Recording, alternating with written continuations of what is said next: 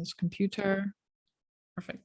Great. Well, hi everyone. Welcome to another FinTech Marketing Slack event. I'm Araminta. I am MD at Mint Studios, and along with Annie, we manage the FinTech Marketing Slack group. And it's an honor to have Nabi on today, Demand Generation Manager from Rails. Welcome, Nabi. Thank you for having me. I'm real excited about this opportunity to discuss about marketing to developers. Yeah, we're going to get into like a very in-demand like topic today. So I'm actually, I'm very much looking forward to it. So let's just start right from the beginning. Why is marketing to developers different to marketing to a customer or a business? Mm-hmm. So basically, let's describe how developers community look like and what are the characteristics, because to understanding the difference, we need to know the characteristics. So basically, this community is smart. They are engineers, they are analytical, and they are basically the creators of the current ad networks that we marketers are using right now as digital marketing. So basically, they are kind of really having a great understanding of this situation and the tools around them. And there's another thing that is making this type of marketing is kind of different, is the community of developers is so private and so fragmented. So to get into this community, you need to speak in their language. You need to understand the minimums of developing and programming. And at the same time, a part of their characteristic is that they are actively researching for new techniques because they want to talk about new solutions in their community. They want to be a problem solver. So that's why they actively research about the technologies, and they usually test new technologies and then identify the problem areas and then decide to work around them. So, it's something that it's like a procedure. They find new tools, they test them, and then get back to their community. So if their responses is kind of positive, you are going to get a good virality out of their community. Like you see, like lots of developers just signing up for your APIs because someone wrote a positive comment or someone wrote something cool about your product over there. And this is really important to understand and realize that they easily realize when someone is trying to trick them. Someone is trying to twist the fact that basically trying to put any sales fluff in it or trying to like sugarcoat something. They easily understand it. And the other thing that like makes this type of marketing kind of different is that traditional methods is not working. Like lead generation with gated contents is not working with this community. That's really important to note, to just note once you're doing developer marketing. Like basically, if I want to divide, like to categorize this difference in two major pillars, I'm gonna bring two strategies. I'm gonna discuss around two main content, like two core values here. The first of them is transparency in messaging. So we address this difference, and I just wanted to build these core values, and then we go to the next questions we have about like discussing about these two and just considering these two core values like continuously. The first one is transparency in messaging, and the second one is focusing on engineering usefulness, not the business benefits. So basically about transparency in messaging is that the way of writing for developers, the way of copywriting for developers should be entirely different of the way of writing for product owners, because you want to be direct. You don't want to lie because they test your product. If your product is not improving an API request speed or something like that by, let's say, 75%, they'll easily figure it out, and they will start to kind of forming a negative reputation for you. That's really important because they are honest. They They write about their experience with whatever tool, with whatever API. So being transparent, no sugarcoating, no sales fluff, it is really important once you are approaching to this community. And for the second one is that focusing on engineering usefulness.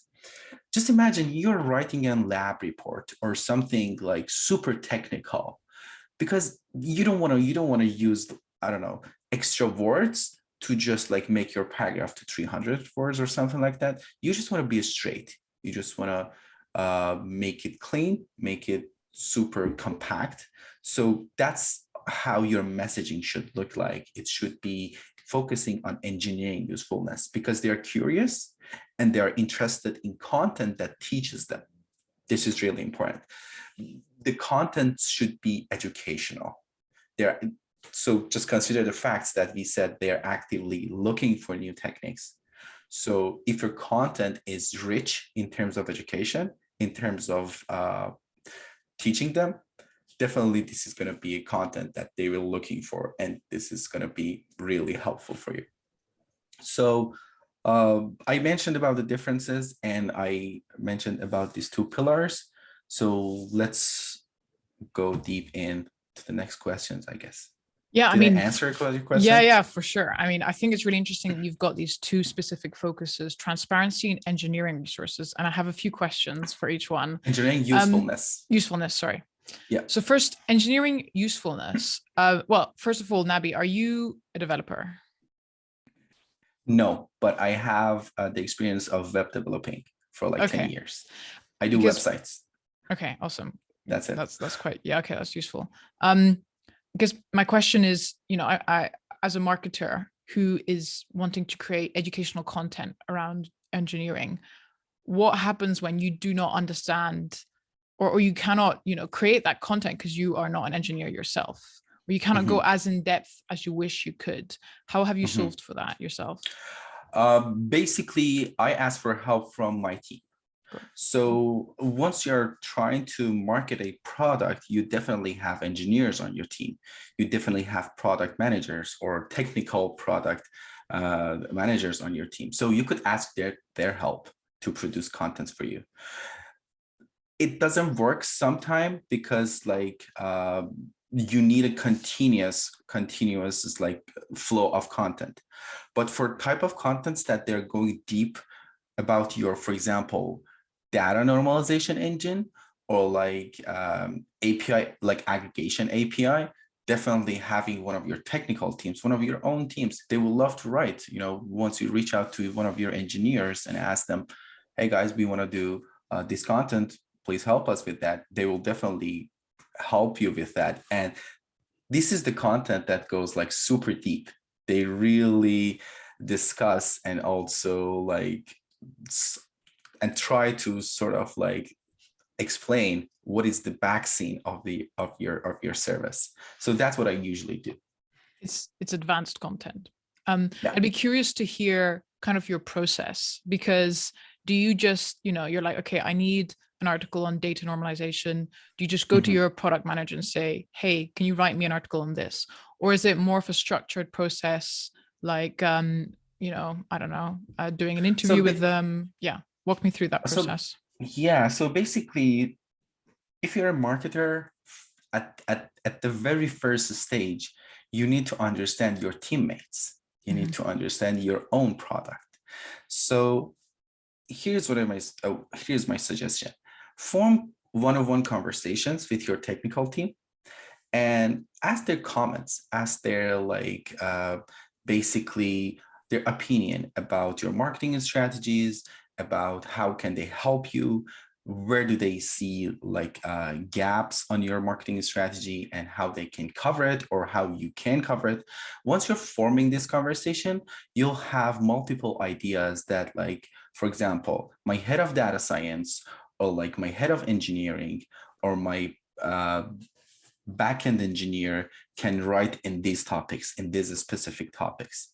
And that's how I started to form these conversations. I am like having random conversations with my developers, with our data team, engaging them in content production, you'll get the idea of like, okay, what content I should ask them to produce. Mhm. How should I involve them? There is no like, let's say, specific procedure for doing this. Okay. You need to understand them first, and then the ideas started to come out. Okay, interesting. And so then your first pillar was transparency.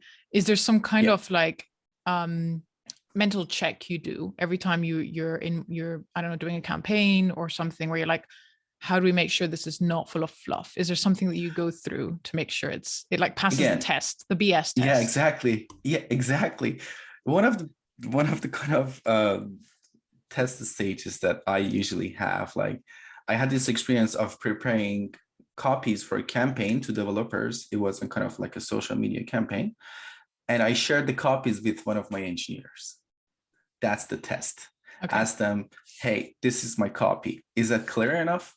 Do you understand it? Mhm. Do you think it's transparent enough? Because we talked about transparency. We talked about being direct. So that's the test. You have the resources, just use them. So really involving your team is Yeah, the key exactly. part. Mhm. This is actually the point that you get into brand authenticity. You know, Mhm. once you're just a marketing person and trying to just promote your product from marketing point of view, from sales point of view, and like sugarcoating it with salesy fluff, that's the point that you are missing the brand authenticity. You're missing presenting the real people who are building this amazing solution. You know, Mhm. the real engineers that they are working day and night to prepare like this API for a better future of finance. This is really interesting to involve your team. That's the key, I guess, for these two pillars that we discussed. Yeah, love it. So before we get into kind of the meat of this session, which is what you are doing, what tactics and strategies you're implementing, what's working, what isn't. Tell us a little bit more about Rails, like what kind of developers, you know, it's an API, you're an API fintech, but yeah, talk to us a bit more about your product and also kind of what kind of developers you're targeting.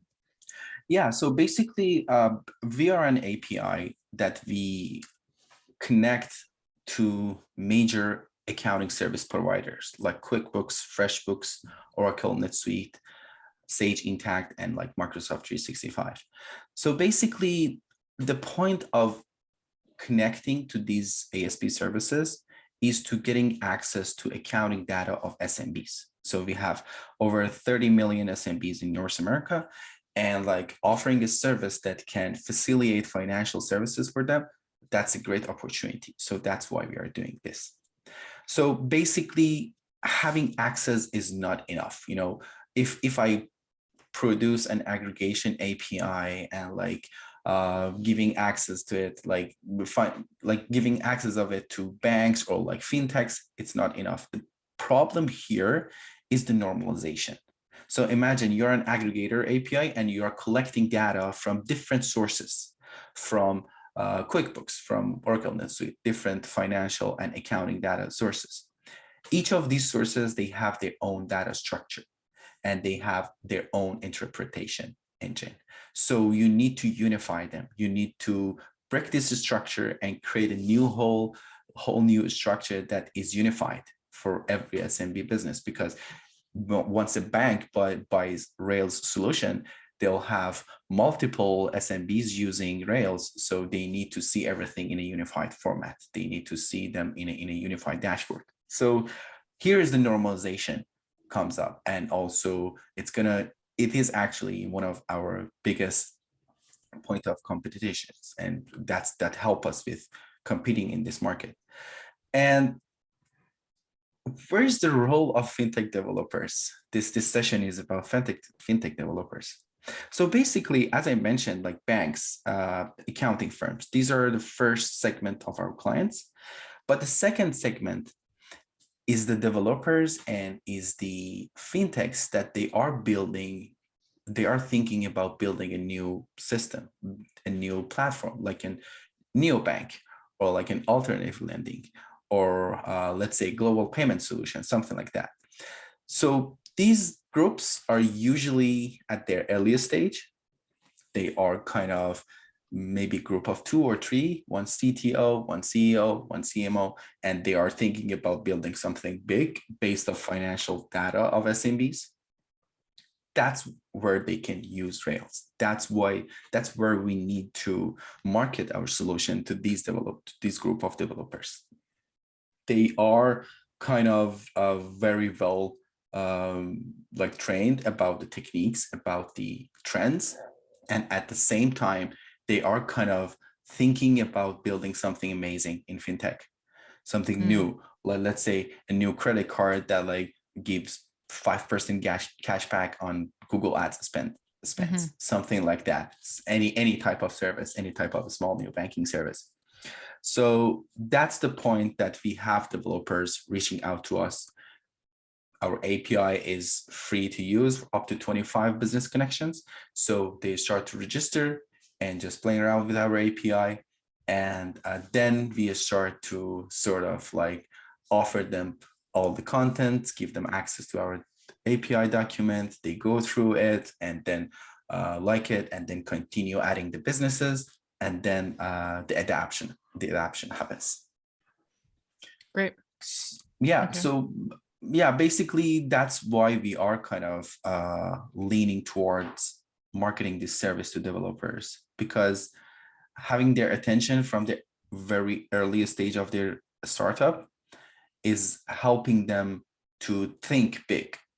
Because once they have access to the data, once they have access to this normalized data, they can build numerous features based on it. They don't have to spend their time to break the structure of this data and also try to sort of spend their time on cleaning this data and also making sure that it has enough accuracy. So here's the point that they use Rails. So before we dive into what has worked, I'd love to hear what hasn't worked, because I know you're open about the experiments that you've done at Rails in marketing and in getting in front of the fintech developers. So can you walk us through some of the things that you have done and that didn't produce the results that you wanted? Yeah, so basically the first thing is it's really important to consider developers as a piece of a puzzle. They are not decision makers. They are helping you. I mean, by not being decision makers, I mean they try your service. They try to implement your API in a small test project, and then they will sort of talk about your service with their product leaders, and they will bring your solution to the meetings. So this is really important to consider this. So one of the things happened, like considering developers by their own, is the technique that usually lacks enough conversions, enough like end purchases. This is happening. You get API registrations, but the adaptions won't happen. This is really important to consider this fact, and this is one of the biggest lesson learned that I've had.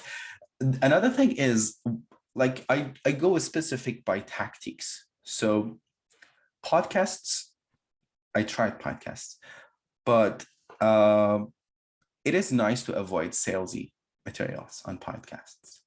But once you are talking about a solution, once you are promoting a service, especially with like specialized podcasts in data science or in like APIs, you'd better avoid all the salesy stuff. You'd better avoid like any sort of like sentences that they are not direct. They are kind of like sugar coated, or like they are kind of twisted. Be transparent. Can you give an example? Example of it. Let's say about improvement. Yeah, one of the things, like most of these like APIs are so claiming that they are talking about like improving the speed of access or improving the like speed of blah blah blah procedure in 25% or 75%. Be accurate about this number. Don't say that we are kind of like on top of the, like we are the best in this term. We are the best doesn't mean enough. It's not direct enough. So being transparent and seeing and referring to some reputable resources. Let's say this community of developers try this API and they reported it is improving the speed by average 68%, something like that. So use numbers. Yeah, use numbers. And at the same time, just imagine that you are writing a technical lab report. Okay. So you should be clear, 100% clear. Another thing is that running SEM ads to gated contents basically is not bringing the results that you are thinking. Developers community tend to receive the contents all in one. They tend to have access to all the API documentation, all the Swagger pages, all the API status pages, all the endpoints, just with one click. This is really important, gating the content and redirecting your traffic to a page that is just showing a form that needs them to fill the form. It is basically has the less conversion rate than kind of directly forwarding them to your API registration because they want to try the API. Just show them the API registration form. Gating the contents is not necessarily the technique that works. Another thing is kind of important because the communities of the developers are kind of very centralized and they are few. This is really important to tailor your messaging. So for each community, let's say you're posting your API on programmable web or like posting your API on Product Hunt. Try to write something specifically for that community, for that like let's say directory. Understand that directory, understand its audience, and then write and tailor-made your message forward there. If you're writing for programmable web, copying the text that you already posted on Product Hunt about your API is not a great idea. Oh yeah. Basically, you need to tailor messaging, tailor your messaging. And the other thing is that, as I mentioned, they tend to consume the content all at once. This is really important to avoid gating the contents. The other thing that I was thinking about what hasn't worked, using marketing jargons. This is really important. Understanding developers' language, understanding the terminology over there, like endpoint, like API, like language name is like programming language names or like something like that. This is gonna help with tailor-making your message. And I had like this kind of interesting experience of like writing a copy and sharing it with one of our engineers, and basically he mentioned, this is not clear enough. What do you mean by like this? What do you mean by like this? So you need to think like more of a scientific way of writing your marketing message. What were the words? Do you remember? I need to check my Slack messages, but Okay. it was like about an API. It was like talking about it was something about our API gives access to smart data. Smart data. And he mentioned what exactly does smart mean? You know, what do you mean? How does it help me? This is really important. So all of the marketers here, they have access to the developers of their own team. So ask their comments. Yeah. They're your teammates. They would love to help. And this is gonna be the key for you to understand the community better. That's a good example. Okay, so now let's talk about what has worked, because I know you've mentioned podcasts, and I know you had some interesting. Oh, you didn't mention LinkedIn ads. Because when we chatted first, you did say LinkedIn ads are. Yeah, social no-go? media actually, for social media marketing, also this is also important. I kind of figured out social media marketing, especially LinkedIn, is good for the stage of after making the first touch point. So you make the first touch point with developers through the community that they spend most of their time. And this is our responsibility as marketers to understand this. Once we go after developers through LinkedIn, it means that the understanding is not 100%. So once you're understanding the developers community, you go after them through their community, which is I'm going to talk about in the next stage. Once you make the first touch point, then you'll start to target their product team members through LinkedIn. So trying LinkedIn for like just developers Won't work. basically means that the understanding is not 100%. So you're saying, you start, if you want to get to developers, go through their community and then target the product managers via LinkedIn. That's what you're saying. Yes. Okay, Yeah, that makes a lot more sense. Yeah, that's cool. Yeah. Okay, so yeah, let's talk about what has worked so far for you at Rails. So basically, I talked about salesy podcast. Let's talk about not salesy podcast. What is the other form of the podcast that is kind of more of a technical? So technical podcast with the technical team members. So take your head of data science, take your CTO, take your head of engineering for interviewing on the podcasts. If you want to target your service to the developers, if you want to target developers.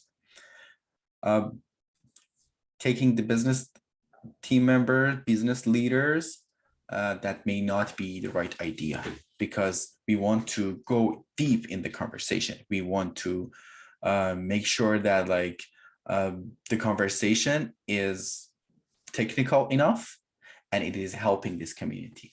So basically by experiencing, by trying technical podcasts, I've experienced 30% increase in conversion rates. So let's say you have a conversion rate of let's say 2% for your API, and trying to bring in the traffic from technical podcasts, it's gonna improve it for 30%.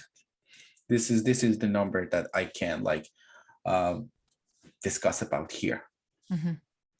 Basically, the other tactic that we are kind of actively doing is posting our product for product discovery platforms like API listings, programmable web, API banks.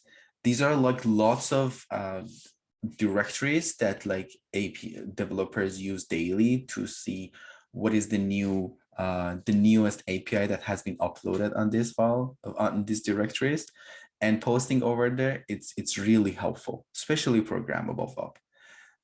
It's a huge resource. It's a huge resource of APIs and news about APIs, and they voluntarily post content around it. So once you upload your profile in programmable web, a week after, they produce the content and talk about the APIs that they've been recently added to programmable web. This is really important. The other thing is that if you're doing SEM ads, driving them to API registration page, it's going to usually lead to higher conversion rates. So if you target developers community, drive them to a super technical place, super technical landing page, like an API document, or let's say endpoint lists, or let's say something that kind of is in the same shape of their community that they see. They spend most of their times on let's say GitHub, and once you're redirecting them to your API document, they immediately start to kind of identify those elements on that page, and the sort of redirecting the traffic to these places, to these pages, it's really helpful. It's really helpful, and it shows that based on my numbers, it showed 25% in conversion rate increase. Wow. So instead of um, driving the traffic to a To your gated content homepage. page, Yeah. to a gated content page, drive them to your API documentation page or API registration page, and makes it super straightforward and just cut the steps. They really want to try it. I actually had So- a question on the podcast, just to be a bit more specific. You said data science. So are you saying like getting your CTO on an interview with a data science podcast? It's not like an ad, right? It's an interview. No. Okay. That's the this is really great question, and I really appreciate it. Once you're doing podcast marketing, try to form the conversation, try to form the discussion. Putting those 30-second ads without having something discussed, it's just lack of the like the depths of the content. The best idea to do podcast marketing, I think this is the best kind of combination of doing those 30 seconds and then like the whole episode, is that you do 2 episodes with those 30 seconds and then do a whole episode as an interview, and then do 3 or like 5 30 seconds. So you rise the attention, you hit the attention by having your technical team members as the guests, and then gradually decrease the product, because you know the audience ears, they used to hear about you. So this is a trend that I tried. Interesting. Very specific. We've got some really great questions here, and I want to make sure we get to them. So is there any other tactics that you've implemented that worked? And also, what are you doing currently, like on your day-to-day at Rails, that is like moving the needle the most? So basically, in terms of the other tactics I've tried, hacker newsletters. These are really important. So basically, not every newsletters, not just general newsletters in your field, like in finance. Just go after hacker newsletters, the newsletters that they are sharing more of a technical stuff to the developers other than business materials. So I created a list of like 40 hacker newsletters, and I continuously contacting with them and trying to put our news over there and put our API over there. And like, not just saying, use this service, this is good, or this have access to smart data. No, just let's say this API improves the speed of access to this data for like 68%, something like that. Be direct. So wait, hacker newsletters, is that like people sending, is that an individual sending a newsletter like every week, or? No, basically hacker newsletter is a terminology like basically created by Y Combinator at the beginning.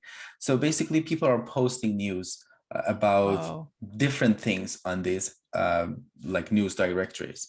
And if they get upvoted, they just go on top of the like hacker news list. Yeah, exactly. Okay. Got it. But if you just search for hacker news, like there are lots of newsletters, and also lots of newsletters that they are sent to the emails. So that's the source that they can use. And there are 3 other tactics. I'm just gonna go through them like just based on their title. Basically, the first one is technical content production. So any content that is produced by your engineering team is highly valued among this community. The other one is peer validation. So reaching to developers community and then having micro communities trying the API, they will start to talk about it, and they start to share the value and the challenges of working with that API with the community. And the other thing is that, as I mentioned first, developers are a piece of a puzzle in the decision making. So consider that you need to tailor your message to the product developers, the product owners as well, to the product leaders as well. And the messaging should be totally different based on your understanding from those communities. My day-to-day, should I go for this question? Well, so what are you doing currently at Rails? Because what you just talked about is really tactics, right? And so they work, but for a certain period of time, and then you're going to have to kind of move to something else. So what is your more like higher level? What are you doing at Rails right now to keep trying tactics? What are you experimenting with, I guess is my question. What are your next experiments? My next experiment is audio room marketing, to just like go directly to the point. This tactic has been used by only 14% of the marketers in 2021. These are the numbers. I'm just referring them to HubSpot's 22 marketing trends report. This method has been used by 40% of the marketers, and it's going to be used by 49% of the marketers in 2022. So it's quite like around two times growth for this tactic, audio room marketing. What I mean by audio room, audio room marketing. What I mean by audio room marketing, we've seen that wave created by Clubhouse, live audio discussions. And then we saw Twitter launching the same feature called Twitter Spaces, which is basically there are a bunch of influencers in different fields trying to form a conversation. So here's what I do. I find a list, and also I create a list of the influencers in the area that my API is kind of like focused on. And then I reach out to them, and then I form conversations with them. So they will host a session, let's say about data normalization, or like accounting data normalization, or accounting data as a service. They will host this session, and then they will have my team members, like my technical team members, and then we'll form this conversation. And it is really helpful for brand authenticity and brand awareness. These are the two major kind of areas that this tactic is going to affect. This is the first thing that I do, and this is my on top of my list for this year. The other one is micro influencers, not macro. So basically, this tactic has been used by 34% of the marketers in 2021, and it's going to be used by 21% more of the marketers in 2022 as well. So I think that influencer marketing hasn't received its deserved attention from the marketers in 2021, and it's going to be the trend for 2022. So basically, by micro influencers, I mean YouTube vloggers.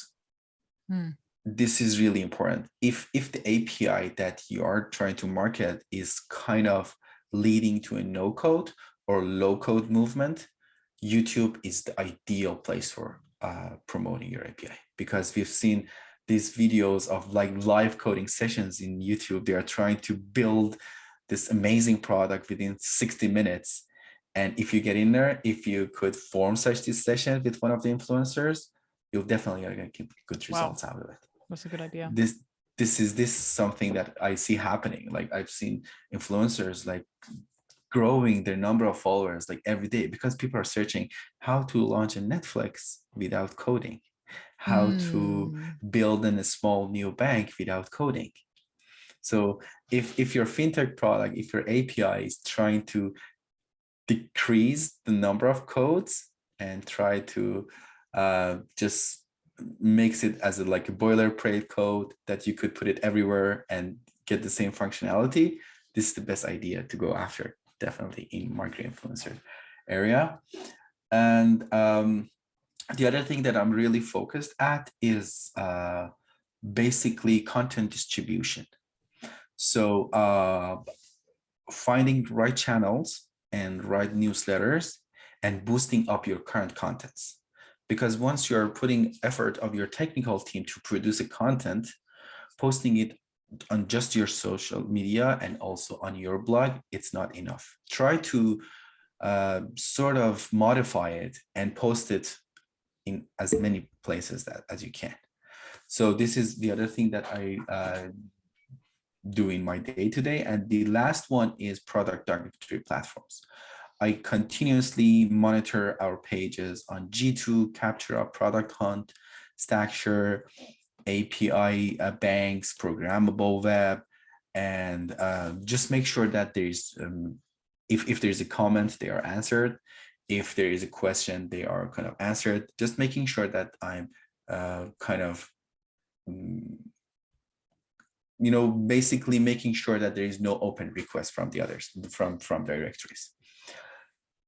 And yes, content marketing is a whole new thing for developers, but my specialty is not in content. But I prepared a couple of ideas. If someone is interested in their content, I would love to talk about them as well.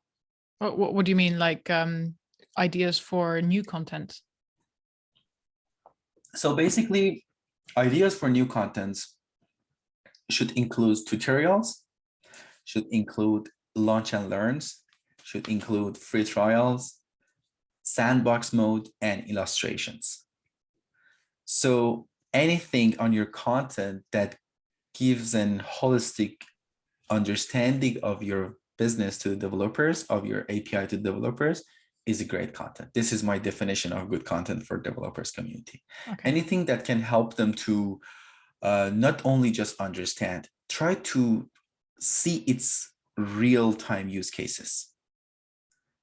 If you produce some content about, let's say, your Swagger, or like, let's say, about your API endpoints, just put a link over there and say, see it in action, and click over there and ask them to click over there, whether it's going to be a video that you've recorded about how to add this endpoint or how to add this webhook, or whether it's just forwarding them to the login page, to an API login page.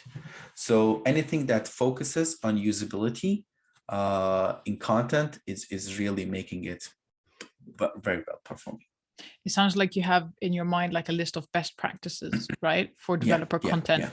Yeah, it'd be great to. It sounds that's a blog post. What you've got in your mind right there is like really, really good content right there. Yeah, and I'm sure a lot of people here would love to read. But I want to give the floor to anyone who has questions, because I know there's so many. I've got here also from the Slack group, and also thank you so much, Nabi, for going in so much detail. Thank you for having me. And it's really so many relevant tactics, and for being open to sharing like what's working and what isn't. I think that's really valuable. Thank you. So we've got a couple of questions. The people who asked the question here will get priority. So please feel free to post in the chat. Joe has a question that I was going to ask, so that's good. Joe, would you be willing to put your webcam on and ask the question? If not, I can just ask. Yeah, of course. You spoke a lot about developer communities and finding them where they spend the most time. Just curious to hear a little bit more concrete examples of what those communities are. Is it Reddit, Stack Overflow, that type of thing? Would be great. Yeah, basically, thanks for questions. Actually, I prepared like 3 specific ones. One of them is .dev.to. So dev.to is a community of like tools, and also they also have a Google Chrome extension as well. So I've seen lots of developers using that extension because it has sort of like the trending news and also trending contents over there. The other one is Hacker Noon. This community is also acting really great in this area, and also DZone. DZONE. This is also another community that I really thinking about investing on it. And the other communities that I provided here are Discord groups. Stack Overflow and Slacks definitely are the places that they are very well known. But if you have someone in your team that is playing more of a developer advocate role, definitely Discord channels is going to be one of the greatest areas that they can form this conversation about your API.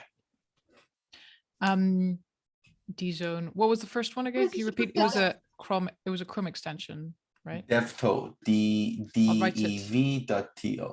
DEV.to. Okay, I put it in there. Yeah, and you have a Slack community, right? Can you talk a little bit about your Slack community and how's that working for you? So our Slack community is more of an communication channel with our developers, our developers and the developers that they're working for fintechs. So it's a channel of like basically advocacy and evangelism. So basically we hear their comments, and also reflect them on our product development roadmap, and then also share our product development roadmap through this community and share what are the next steps, what are the next features that we are thinking about launch. Because their service also and their development, because most of these fintechs are in their early stages of their products in their startup. So they need to know what's happening next with the Rails API, what's going to be the next level of access that they get to data. So sharing the roadmap over there and also asking their comments, this is really important functionality of our Slack group. It's more of an product inclined use cases. Got it. We had a really good question in the Slack group from Helen on the level. What level of information do developers want to see on a website? So what is an absolute must? What is it that they value? So absolute must is basically talking about your features and how you approach them. You know, how your API is working, how your data normalization is working, giving you more of a backseat. This is the absolute must for the content. And try to reveal something that makes sense. Try to sort of, because basically once you're producing an API, that API must be very high technology on backseat of it. So try to make it simple. Try to break the structures and describe how each of these structures is working. This is the must have. And also, where is the point of like offering this type of content? I think it depends based on each service. And it is really easy to track it with bounce rates. So try to produce different contents with different level of going deep to the context, and then see the developer's reaction. If the bounce rate goes up, if the number of exit goes up, it means that the content is not deep enough, or it's very deep. But I've never experienced this, but I assume going deep to the content definitely is something that is in your favor. There is no endpoint for it, unless you're revealing unless you're revealing something that is confidential to your business, you know. Well, I was going to ask, like, is there such a thing as providing too much information? Like, as in, what is too long? Because the question I was going to, it kind of falls on for the question: how much information do they need before they want to ask for a demo or test the API themselves? Like, what is enough? How much is enough, I guess, is my question. Definitely seeing it in action is enough. Okay. You know, giving the access to the free trial, giving the access to the sandbox mode, and providing enough illustrations that shows the algorithm, shows the approach. I think that's the enough point. I can't give numbers on this because I'm trying this strat. I'm trying these tactics. I'm like literally working on it right now, and like A/B testing it. So I can't give an concrete answer for this because I'm currently experimenting. I mean, so you're saying, like, when in doubt, offer a free trial. And I like at Rails, I like how you do it. So you offer it for free until 25 connections, and then you start paying. So our API, the point for our API in compared to all the competitors is that it is free for registrations. So every developer can register, they can try this API, and they can add to businesses up to 25, and then they will go to the pay-as-you-go mode. And also this is another important thing. Pricing is really important. Once your business pricing is fixed price monthly with a setup cost, how do you expect developers trying your API unless you have a sandbox mode or something like that?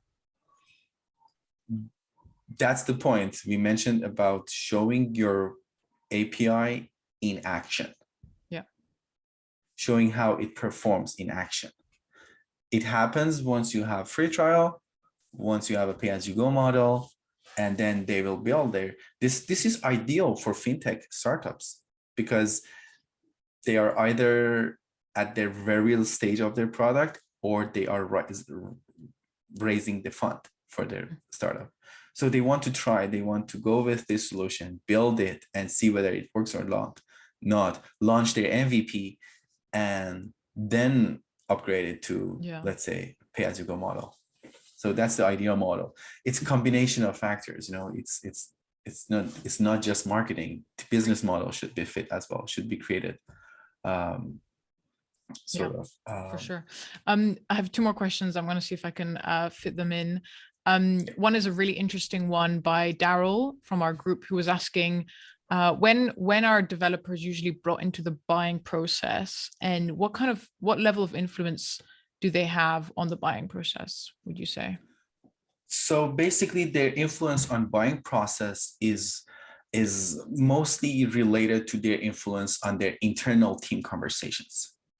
So once you're presenting a service to the developers, you gotta consider this fact that they will talk about this solution with their product owners, with their product team members.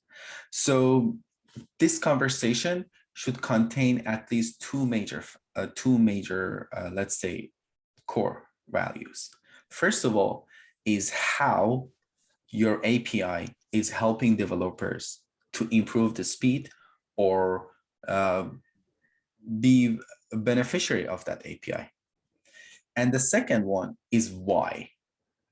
So for why, you need to go after the product owners because they think about the future of the product. They plan for their roadmap.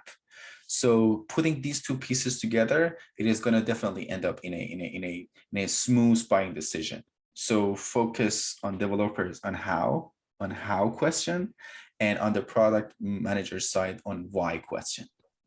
So this is the experience that I've had, like crafting the message around improvement, like in speed, improvement in API requests, improvement in data accuracy, improvement in sort of like faster access to data. These are the hows that we try to answer them through developers community. And their influence in decision making, as I mentioned, is kind of in terms of their internal communications. But for earlier stage of startups, they are the final purchasers. Yeah. So imagine if you are targeting your service to a very early stage product that they have only one CDO, one let's say engineer, and like another CEO and like one CMO. If the team is like 4, definitely that developer is the final purchaser. And thanks to all the demographics and also all the targeting tools, you're able to identify the companies that they have sort of like less than 10 employees. That's interesting. I would say over 10 employees is the kind of mixture of buying decision affected by product team members and developers, like let's say engineers.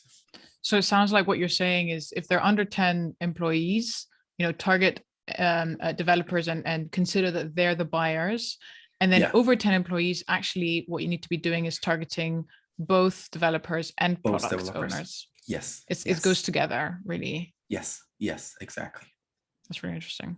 And it is really easy to do this with like profile enrichment tools like ZoomInfo or like other tools that they're in the market. So what are those tools? You mentioned one. What are the tools you use? The tool that I use is ZoomInfo, and also the other one is Leadfeeder, and the other one is SalesIntel. Wow, three tools. So there are three tools. One of them I was using it on sort of like a free trial, and then I kind of like stopped using it, which was Leadfeeder. And ZoomInfo, we are thinking about it, and SalesIntel, we are currently using it.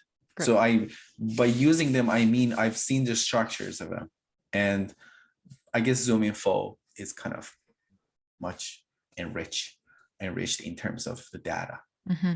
Cool. These are all 3 tools that are probably worth exploring if you're targeting developers. Yeah. And my last question is, we briefly mentioned best practices for blog posts, including, have the right graphics, have the right illustrations. And Michael in our group was asking, how much is too much? when it comes to like design fluff?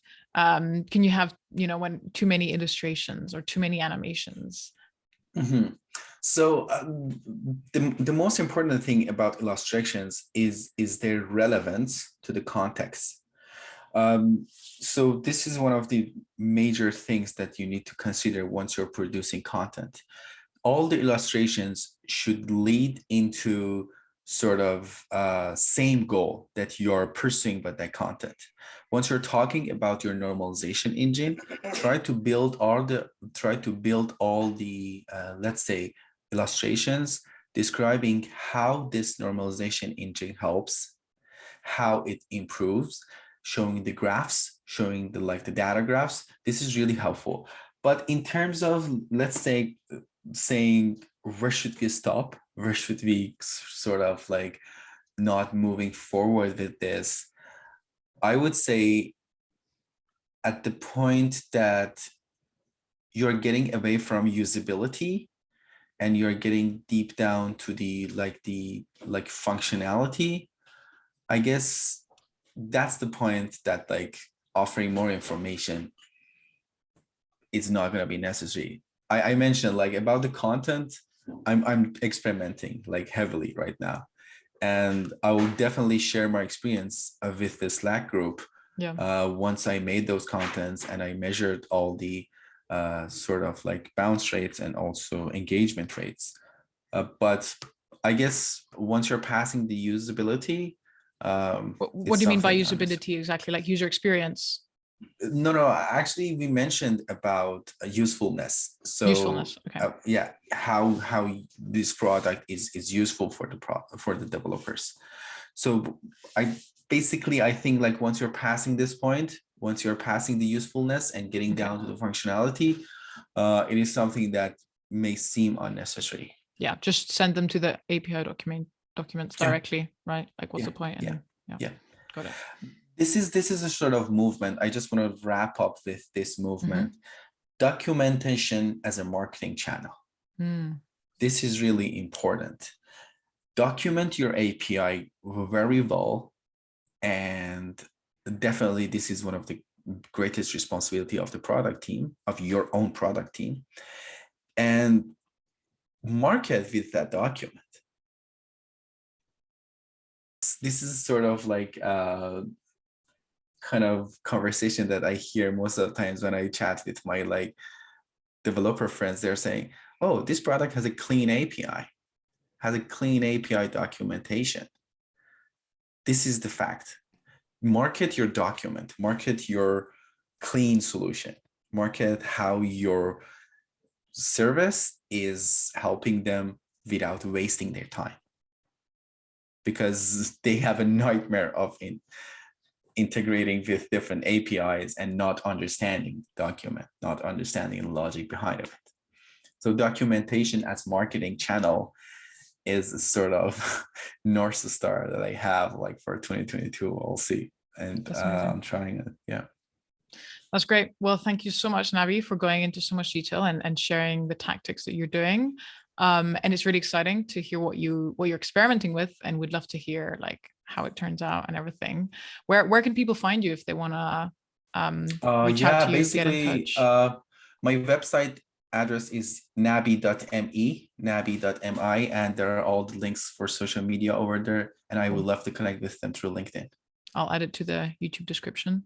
Thank you everyone who joined live. Really appreciate it. This will be recorded, so you'll be able to access it afterwards. And I'll add some of the things that we mentioned. Nabi, maybe you could send, because there were a lot of links there and a lot of like communities and stuff. So maybe if you can just share with me what those links are, and I'm going to add them in the. With you. Awesome. I'll add them in the description so people can just like click and access them. Sure. But yeah, thank you so much, Nabi. Really appreciate it. Thank you so much. See you in the community, everyone. Yeah, definitely. Thank you so much, Raminta. Thank you so much, Annie. Have a good day. Bye-bye.